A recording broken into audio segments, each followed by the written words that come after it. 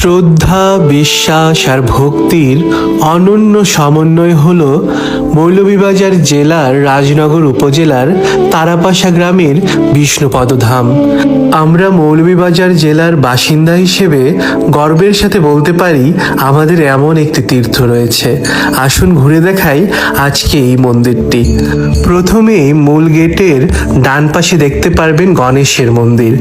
ভগবান বিঘ্নহর্তা গণেশের নামেই হবে শুভ সূচনা এই তীর্থ দর্শনের। বাবা গণেশকে প্রণাম করে আমরা চলে যাব শিব মন্দিরের দিকে। দেখুন কি অনন্য সুন্দর শিব মন্দির, যেখানে বাবা ভোলেনাথ পদ্মাসনে নিরিবিলিভাবে বসে আছেন। ভক্তরা প্রায়ই এসে ওনাকে প্রণাম করে যাচ্ছে। কি যে অপূর্ব সুন্দর। তারপর চলে গেলাম ডক্টর মহানম্রত ব্রহ্মচারীর স্মৃতি মন্দিরে।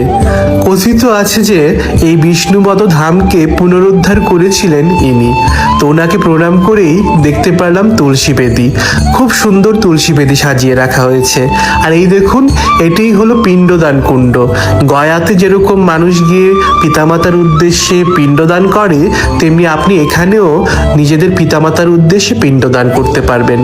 এই যে মন্দিরের চূড়ায় পদপদ করে উড়ছে গেরুয়া পতাকা, এই পতাকা দেখে একজন সনাতনী হিসেবে নিজের বুকটা গর্বে ভরে উঠল। তারপর দেখলাম মন্দিরের চূড়ায় রয়েছে সুদর্শন চক্র। তারপর চলে গেলাম মূল মন্দিরে, যেখানে রয়েছে ভগবান বিষ্ণুর পদচিহ্ন। ঠিক যেরকম গয়াধামে রয়েছে ভগবান বিষ্ণুর পদচিহ্ন, আমি নিজেও গিয়ে এসেছিলাম 2 বছর আগে। তো সেখানের কথা আমার খুব মনে পড়ছিল যে ওই যে গিয়েছিলাম ইন্ডিয়াতে বিষ্ণুপদ ধামে, তো এখানে আবার সেই বিষ্ণুপদ ধামেরই দর্শন পেলাম। এটি হলো নাট মন্দির, যেখানে কীর্তন সহ নানা রকম অনুষ্ঠান হয়ে থাকে। আর এটি হলো মন্দির পরিসর, যেখানে যজ্ঞকুণ্ড রয়েছে, একটি ফোয়ারা রয়েছে, সুন্দরভাবে সাজানো একটি বাগানও। এই যে যজ্ঞকুণ্ড, এখানে মনে হয় কীর্তনের সময় গীতা যজ্ঞ, তারপর দুর্গাপূজার যজ্ঞ এসব হয়ে থাকে। এই যে গদা এবং চক্রের একটি সুন্দর ভাস্কর্য বানিয়ে রাখা হয়েছে। এটি হলো বিষ্ণুপদ ধামের সন্তনিবাস, আর নিচে হলো অফিস। এখানে এসে অনেক যাত্রীরা রাত্রি যাপন করতে পারে।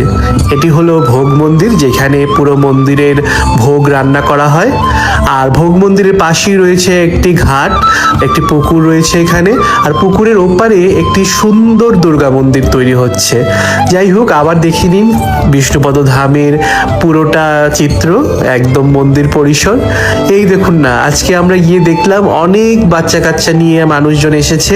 এখানে আজকে অন্নপ্রাশন হচ্ছে। খুব ভালো একটা দিনে আমরা গিয়েছিলাম।